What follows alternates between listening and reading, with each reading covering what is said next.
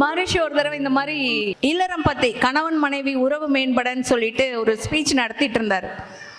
அப்போ குடும்பம்னா சண்டை சச்சரவு எல்லாமே இருக்க தான் செய்யும், விட்டு கொடுத்து போனா இல்லறம் நல்லா இருக்கும் அப்படின்னாங்க. கூட்டத்துல இருந்து ஒரு சவுண்ட் வந்தது, யார் விட்டு கொடுக்கணும்?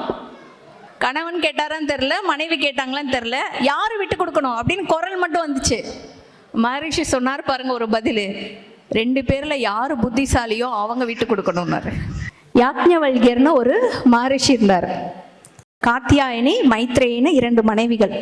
அவர் காலம் ஃபுல்லாக சம்பாரிச்ச எல்லாம் அந்த குரு தட்சிணை எல்லாத்தையும் பிரித்து கொடுக்குறாரு.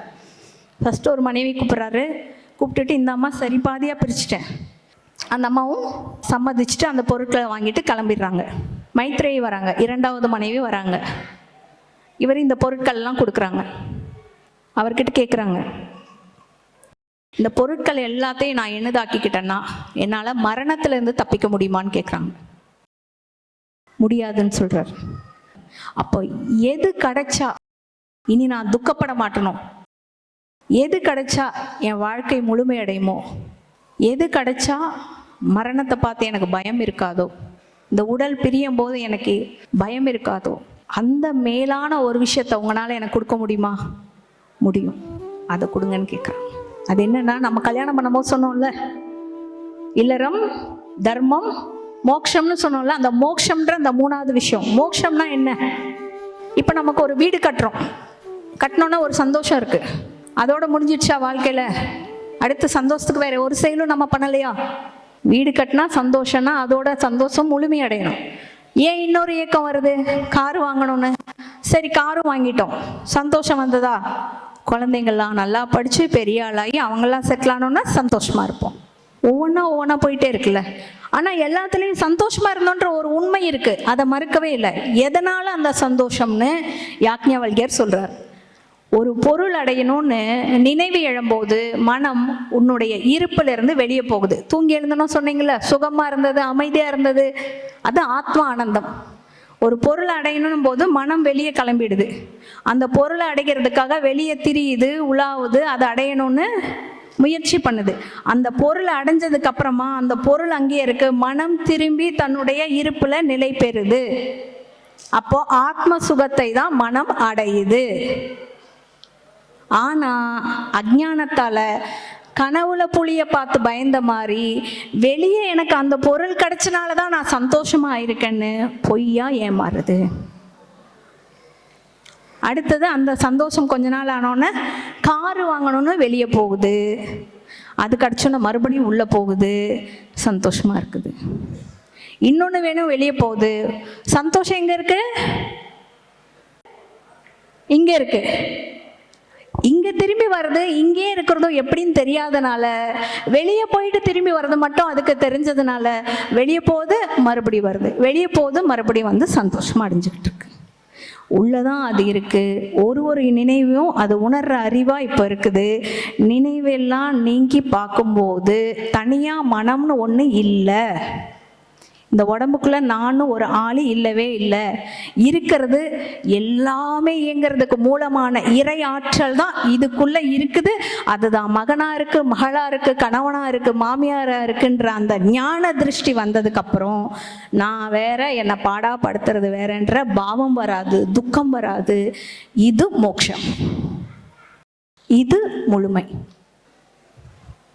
இது தேகத்துக்கான பந்தம், தேகத்துக்கு துணைக்கான பந்தம். இளமையில நீட்ஸ் இருக்கு, அது ஒருத்தருக்கு ஒருத்தர் ட்ரூத்ஃபுல்லா இருக்கும்போது, டிரான்ஸ்பரண்டா இருக்கும்போது, புரிஞ்சு நடந்துக்கும் போது அது ஆத்மார்த்தமான பந்தமா மாறும். ஈகோ குறைய குறைய அது ஆத்மார்த்தமான பந்தமாயிடும். அப்பாவுக்கும் பையனுக்கும், அம்மாவுக்கும் குழந்தைக்கும் நடுவில் பாருங்க ஆத்மார்த்தமான பந்தம் இருக்கா இல்லையா? துக்கமா இருக்கிறவங்களெல்லாம் நான் பார்ப்பேன், அவங்கள சொல்லுவாங்க, ஏங்க கடவுளை நம்ம நினைக்கணும்னா துக்கத்தை கொடுத்து தான் கடவுள் நம்மளை அவர் பக்கம் இழுக்கணுமா? உலகத்துல துக்கம் மட்டும்தான் நிறைஞ்சிருக்கு, எல்லாமே நிலை இல்லாதது, எல்லாமே அழியக்கூடியது, எதுலையுமே பூரணத்துவம் இல்லைன்றதை நாம உணர்றதுக்கு கொஞ்சம் டைம் எடுக்குது. அது நம்ம தப்பு, அவர் தப்பு கிடையாது. அதை பார்த்ததுக்கு அப்புறம் நம்ம எங்க வந்து விடணும்னா, ஒருத்தர் இருக்கார், உள்ள இருக்கார், ஹிருதயத்தில் இருக்கார்.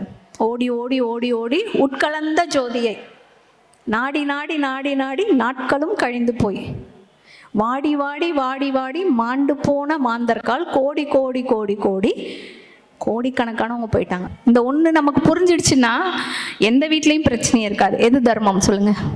தர்மம்னா இயல்புன்னு அர்த்தம். நெருப்புன்னா சுடும். ஒரு பொருளுக்கும் இயற்கையிலேயே ஒரு இயல்பு உண்டு. அந்த இயல்பு அந்த பொருளுக்கு இல்லைன்னா அதுக்கு பேர் ஜடப்பொருள்னு அர்த்தம். ஜடப்பொருள் என்று சொல்லுவாங்கன்னா, இப்போ இந்த டேபிள் இருக்கு, இதுக்கு இது இருக்குன்ற உணர்வு இல்லை, இதுக்குன்னு ஒரு தர்மம் கிடையாது. இதை நீங்க டேபிளா செஞ்சு வச்சுக்கலாம், உடைச்சு அடுப்பெரிச்சுக்கலாம், என்ன வேணா பண்ணிக்கலாம். இதனால பயன் உண்டு, பாதிப்பு இல்லை. ஆனா இதுக்கு இது இருக்குன்ற உணர்வு உண்டு. அதனால இதுக்கு ஒரு தர்மம் இருக்கணும். தர்மம் என்னன்னா, தூங்குறோம்ல, கனவு வந்திருக்குல்ல, சரி, எந்த கண்ணுலங்க கனவு பார்த்தீங்க? இந்த கண்ணு தூங்கிட்டு இருக்கு, இந்த கண்ணு ஒர்க் ஆகல. பட் கனவு எந்த கண்ணில் பார்த்தோம்? வெளிச்சம் எங்கேருந்து வந்துச்சு?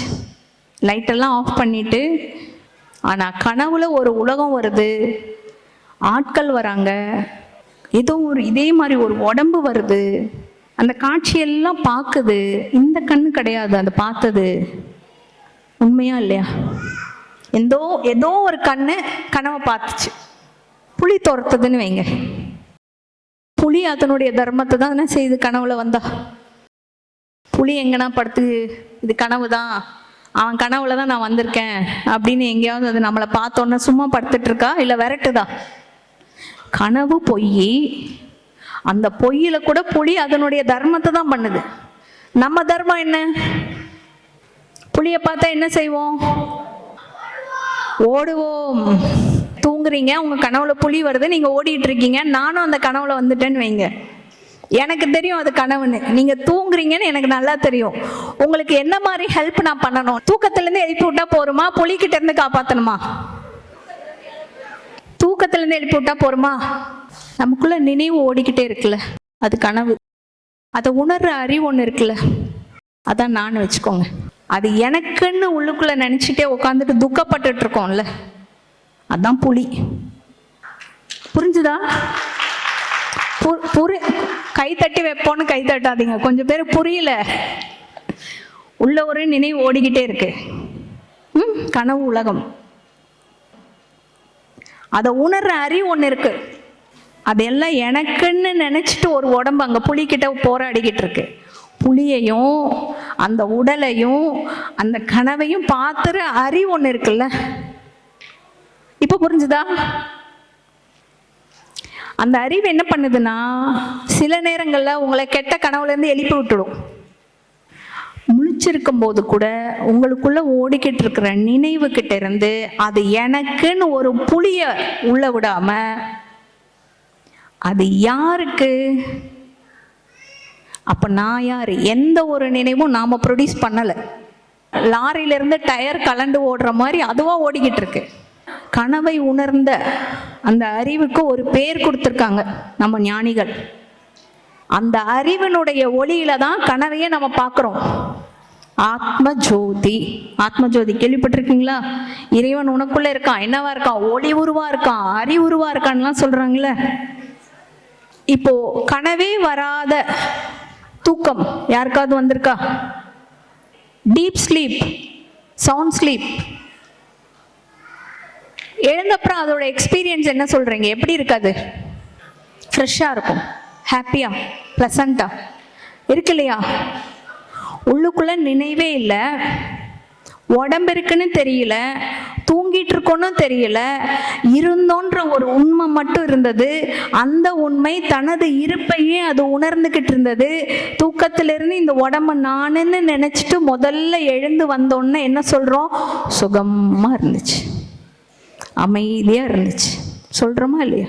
அப்போ சுகம் என்பது நம்மளுடைய இருப்பு, அது நமக்குள்ளேயே இருக்குது. அதை உள்ளுக்குள்ள உணர்றதுக்கு நமக்கு வெளியே ஒரு குரு கிடைச்சிட்டாங்கன்னா அதுதான் உண்மையான வாழ்க்கை துணை. வெளியே குரு என்ன செய்வாங்க? உள்முகமா நம்மளை நகர்த்துவாங்க. உள்ள இருக்கு, உள்ள போன்னு நகர்த்துவாங்க. உள்ள போய் அந்த அனுபவம் நமக்கு வந்ததுக்கு அப்புறம் இந்த பேதமெல்லாம் இருக்காது. இவர் கணவர், இவர் குழந்தை, நான் மனைவி, இவங்க என் மாமியார், இவங்க எனக்கு பிடிச்சவங்க, இவங்க எனக்கு பிடிக்காதவங்கன்ற பேதமே அங்கே வராது. எல்லாமே கனவு. ஒரு குழந்தை வந்து கேட்டா, பேய் இருக்கா இல்லையான்னு கேட்டா. நான் சொன்னேன், இப்போ இந்த ஹால் இருக்கு, இங்கே பேய் இருக்கு, நீ இல்லை, நம்ம யாருமே இல்லை. பேய் என்ன பண்ணும்? நம்மளை தேடி வருமா? அது பாட்டு சிவனேன்னு ரெஸ்ட் எடுத்துட்டு இருக்கோம். அப்போ எது வந்ததுன்னா எல்லாமே இயங்க ஆரம்பிக்குது, எல்லாமே முக்கியத்துவம் பெறுது. நாம வந்தோம், நமக்குள்ளேயும் நினைவு எழுந்த உடனே அதை நம்மளை துன்பப்படுத்துறதுக்காகலாம் அது எழலை. தயவு செஞ்சு புரிஞ்சுக்கோங்க. நமக்குள்ள நினைவு எழறதுன்றது மனதினுடைய இயல்பு, தர்மம், மனதினுடைய தர்மம். நெருப்பு சுடுற மாதிரி மனதினுடைய தர்மம் நினைவை ப்ரொடியூஸ் பண்ணிக்கிட்டே இருக்கும். 2 கைண்ட் ஆஃப் தாட் தான் அது ப்ரொடியூஸ் பண்ணும். அதை மீறி அதனால் ஒன்றும் பண்ண முடியாது. ஏன்னா கனவே அது கனவுன்னு தெரியல, அந்த அறிவே அதுக்கு இல்லை. நான் தூங்கிட்டு இருக்கேன், இது கனவுன்ற அறிவே இல்லாத மனதிற்கு, அதிலிருந்து தப்பிக்கிற வழியே தெரியாத மனதிற்கு பாவம் வேற என்ன தெரியும்? அதுக்கு என்ன அறிவு இருக்கு சொல்லுங்க? 2 வேலை தெரியும். ஒன்று, பாஸ்ட் பற்றி பேசிக்கிட்டு இருக்கோம், கவனிச்சிங்கன்னா நினைவே இருக்காது. ஒரு பியூட்டியாக தான் உள்ளே என்ன ஓடுதுன்னு நீங்கள் நின்னீங்கன்னா நினைவே எழாது. ஏதோ ஒரு தாட் அப்படி ஓடிட்டு இருக்கும்போது அனலைஸ் பண்ணீங்கன்னா ஒன்று பாஸ்ட் ரிலேட்டடான தாட்டாக இருக்கும், இல்லைன்னா ஃப்யூச்சர் ரிலேட்டடான தாட்டாக இருக்கும். எதிர்காலம் எப்படி இருக்கும், எதிர்காலத்தில் என்ன ஆகிடுமோ, சாப்பாடு எப்போ போடுவாங்களோ, இந்த அம்மா எப்போ பேசி முடிக்குமோ, இது தவிர வேற மனதிற்கு வேற எதுவும் பண்ணவே தெரியாது. நான் ஏன் இந்த விஷயத்த சொல்றோம்னா, நம்ம நினைக்கிறோம் நம்ம ஒரு 40 வயசு கடந்துட்டோம்னா நம்ம எலிஜிபிள், நம்ம வாழ்க்கையும் நம்ம குழந்தைக்கு நல்ல வழி காட்டுறதுக்கும் எல்லாத்துக்கும் நம்ம எலிஜிபிள் நம்ம நினைச்சிடுறோம். அதுதான் பெரிய அகங்காரம். கனவு எந்த கண்ணில் பார்த்தேன்னே தெரியல இப்போ வரைக்கும், என்ன நம்ம எலிஜிபிள், அடுத்தவங்களுக்கு எதிர்காலம் எப்படி இருக்கும் காட்டுற அளவுக்கு நம்ம என்ன எலிஜிபிள் ஆயிட்டோம்? கனவு, நனவு, ஆழ்ந்த உறக்கம், இந்த 3லயும் ஒரே ஒரு உண்மை மட்டும் இருக்கு. என்ன? நான் இருந்தேன் கனவுல. எப்படி இருந்தேன்? அது கனவுன்னு தெரியாம அங்க ஒரு உடம்பை எடுத்துட்டு உலாவிட்டு இருந்தேன். அது நாம இல்லை, இந்த உடம்ப நானுன்னு நினைக்கிற மனம். முழிச்சப்புறம் அதே உடம்ப நானுன்னு நினைச்ச அதே மனம் இந்த உடம்ப நானுன்னு நினைச்சு எழுந்துக்குச்சு. இது புரிஞ்சுட்டா நீங்க புலிகிட்ட இருந்து தப்பிச்சிட்டீங்க, தூக்கத்துல இருந்து எழுந்துட்டீங்கன்னு அர்த்தம். அதே மனம்தான், அது கனவுன்னு தெரியல, அது முடிஞ்சிரும்னு தெரியல, ஆனா அதை உண்மைன்னு நினைச்சிட்டு அங்க அல்லல் பட்டுக்கிட்டு இருந்தது. அதே மனம் அந்த உலகம் முடிஞ்சு இந்த உடல் எழும்போது இந்த உடம்ப நானே நினைச்சிட்டு இந்த உலகத்துல அது எழுந்துடுச்சு. இந்த உடம்பு அழியும் போது கனவு எப்படி காணாம போச்சோ அந்த மாதிரி இந்த வாழ்க்கை அழியும். நான் மரணத்தை பத்தி பேசல. இங்கேயே உட்காந்துருக்கீங்க, உங்களுக்கு பிடிச்ச பாட்டு ஓடிக்கிட்டு இருக்கு, தூங்கிட்டீங்கன்னா அந்த பாட்டு காது திறந்தே இருக்கும், கேட்க போறது இல்லை. மரணம் எப்போவோ ஏதோ ஒரு ஆர்கன் ஃபெயிலியர் ஆயோ இல்லை வயசானதுக்கு அப்புறமோ இல்லைன்னா வண்டி அடிச்சு வர்றது கிடையாது மரணம். எப்பெல்லாம் கான்சியஸ்னஸ் ஸ்லிப் ஆகுதோ அப்பெல்லாம் மரணம் தான். ரமண மகரிஷி சொல்வார், தன்னை உணராத ஒவ்வொரு நொடியும் மனிதன் தற்கொலை செய்து கொண்டிருக்கிறான்றார். எதை உணர்ந்துட்டு இருக்காரு அவர்? அப்ப நம்ம இங்க உட்காந்து எதை உணர்ந்துகிட்டு இருக்கோம்? ஓடிக்கிட்டு இருக்கிற ஒரு நினைவையும் எனக்கு நான் என்ன நினைக்கிறேன்னா, நான் என்ன யோசிக்கிறேன்னா, அது பின்னாடி விட்டுட்டு தற்கொலை பண்ணிட்டு இருக்கோம். கனவுல கெட்ட கனவு வந்து எழுப்பி விட்ட அதே உள்ளுணர்வு தான் இப்பவும் உள்ள உட்காந்து ஒரு நினைவையும் நமக்கு நெக்ஸ்ட்னு மைண்டு ஓட்டிக்கிட்டே இருக்கு. அதை உட்காந்து அதை ஒளிர வச்சுட்டு இருக்கு. இப்போ இங்க நம்ம எல்லாரும் இருக்கோம், இந்த லைட் இல்லைன்னா எதையும் பார்க்க முடியாது, ரைட்? இந்த லைட் இல்லைன்னா நம்ம எதையும் பார்க்க முடியாது. அப்போ லைட் எப்படி வந்து இங்க உள்ள காட்சிகளை பார்க்க உறுதுணையா இருக்கோ, அதே போல உள்ளுக்குள்ள நமக்குள்ள ஓடுற நினைவையும் இந்த உடலையும் உணர்வதற்கு உறுதுணையாக இருக்கிறது ஆத்மஸ்வரூபம் தான். அதுக்கு இன்னொரு பேர் இருக்கு, பிரம்மம். அதுதான் உண்மையான வாழ்க்கை துணை. அதை புரிஞ்சுட்டு உள்ள திரும்பிட்டோம்னா நம்மளுடைய ஈகோ வந்து, இப்போ ஒரு அழுக்கு வண்டியை கொண்டு போய் மழையில நிறுத்தினீங்கன்னா மழை தண்ணியால அது சுத்தமாகிற மாதிரி உள்ளுக்குள்ள ஒரு அறிவு இருக்கு. அதுதான் நானுன்னு நான் பார்க்கணும்னு உள்முகமா திரும்பிட்டோம்னா வெளியே நம்மளுடைய தேவைகள் ரொம்ப குறைய ஆரம்பிச்சிடும். எதுக்கு ஓடிட்டு இருக்கோம்னா இன்செக்யூர்ட் ஃபீலிங் தான். ஃபினான்ஷியலாக சம்பாரித்து வீடு கட்டி வச்சுட்டு, இன்சூரன்ஸ் எல்லாம் போட்டு வச்சுட்டு, குழந்தைங்களுக்கு ஒரு நல்ல எஜுகேஷன் கொடுத்துட்டு, இந்த எல்லாமே நல்லதுக்காக நம்ம ஓடிக்கிட்டு இருக்கோம். ஏன்னா அஸ்திவாரத்தில் இந்த உடம்பு நிலையில்லாததுன்னு தெரியும். அதனால் என்ன செக்யூர்டோ இன்செக்யூர்ட் ஃபீலிங்கில் வெளியே ஓடிக்கிட்டு இருக்கோம். இங்கேருந்து கிளம்பும்போது ஒரு ஆத்மஸ்வரூபத்தை உங்கள் கையை பிடிச்சி கூட்டிகிட்டு போகிறீங்க. அதே மாதிரி ஞாபகம் வச்சுக்கோங்க, நீங்க கூட்டிட்டு போறது உங்க கையை பிடிச்சு ஒரு குழந்தைய. அவனில் தானி உன்னிலவன், அவன் யார் நீ யார் பிரிவேது. அவனில் தானி உன்னிலவன், அவன் யார் நீ யார் பிரிவேது. அவனை மறந்தால் நீ சிறியோன், அவனை அறிந்தால் நீ பெரியோன். அவன் நீ ஒன்றாய் அறிந்த இடம் அறிவு முழுமை, அது முக்தி. அவன் நீ ஒன்றாய் அறிந்த இடம் அறிவு முழுமை, அது முக்தி. அறிவு முழுமை, அது முக்தி.